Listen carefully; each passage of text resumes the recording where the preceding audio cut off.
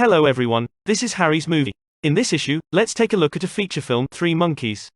At the beginning of the film, a politician named Servet drove a car on a night road. As he was sleepy, he accidentally killed a pedestrian on the road. But Servet was about to compete for parliament. He should not ruin his bright future because of a mere car accident. So Servet called his driver overnight to prepare him for the crime. Eyup's family was poor, with a pretty wife Haysa, and a son called Ismail who failed to enter college. The conditions put forward by Servet were very generous. After Eyup went to jail, his salary would be paid according to Ismail. Moreover, he could get a lot of money after being released. Eyup thought about his current family situation and agreed. After all, he only needed to go to jail for a year to get the money he couldn't make in half his life. In the days after, Haysa and Ismail could only visit him outside the iron fence. Ismail didn't go to university and he had nothing to do all day. He always wanted to buy a new car to make his travel convenient and soliciting money by the way. To satisfy her son's wish, Haysa went to Servet's office to ask for a sum of money. She thought the money would be given to them sooner or later. The charming woman made Servet a little agitated. So the woman didn't bother much. Servet readily agreed. After the woman left, Servet watched her through the window waiting for the bus by the side of the road. So he used this as the starting point and drove to the woman. He claimed that he was on the way and could give her a ride. The woman dared not to bother her husband's boss and politely refused. But Servet insisted on letting her get in the car and stopped at the stop sign and refused to leave. The car behind was urged, so the woman had to get in the car. On the road, Servet behaved very gentlemanly and spoke generously and decently. Before getting off the car, he also hinted that the woman could be his lover. The woman thought that her husband was incompetent and vulgar. In contrast, the rich and powerful Servet in front of her was very good. Although she didn't agree on the spot, she was a little shaken in her heart. After she got home, she was fidgeting, and her heart was very tangled. Ismail was surprised and asked his mother what happened. The woman laughed and said that the other party agreed to give money in a week. After that, the woman was always awake at night. I didn't know what she was thinking. And the phone calls were starting to increase. On the day when Ismail visited his dad, the woman said she had the unit training so she could not go. Only Ismail took the train to bring some things to the father.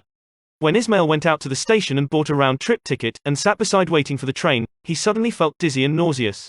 As a last resort, he had to go home and change clothes and then take the next train. When he got home, Ismail poured a glass of water and sat at the window to rest. He suddenly heard movement in his mother's room. He thought his mother should have left the house long ago, maybe a thief had entered the house. So he secretly peeked through the ringed lock cylinder. It didn't matter if he didn't look at it, it seemed like he had seen something extraordinary. He frightened his back against the wall, panicking. He turned to look at the knife in the kitchen for a moment. He chose to pick up clothes and luggage and quietly leave the house. After waiting for a long time outside the door, he found that it was his father's boss who had come out.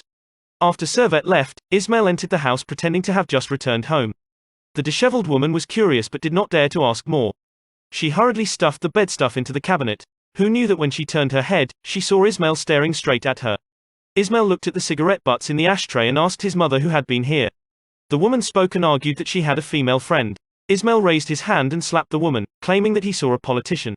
The woman quickly explained, saying that Servet just came to give money and sat for a few minutes.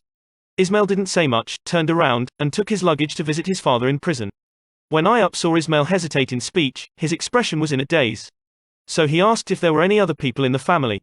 Ismail was speechless for a long time and replied with a guilty conscience, no. After returning home, Ismail saw a sum of money on the table. He bought a new car with the money.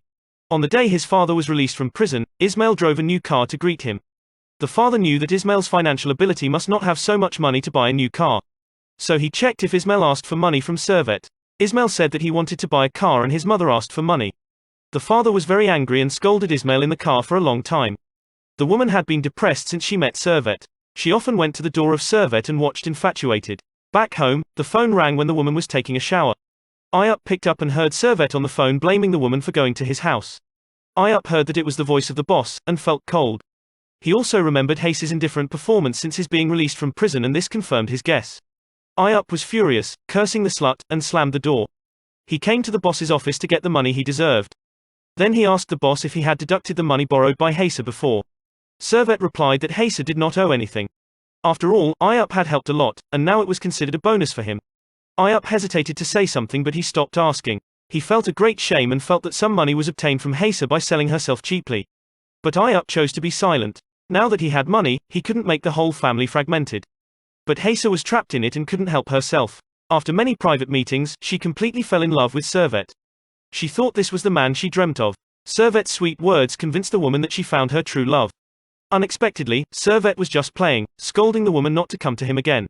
Not long after this, the police station summoned Eyup and Haysa. It turned out that Servet died unexpectedly, and the last text message he received was sent by a woman. So the police suspected they should have known something about this. After listening, Eyup truthfully replied that he knew nothing.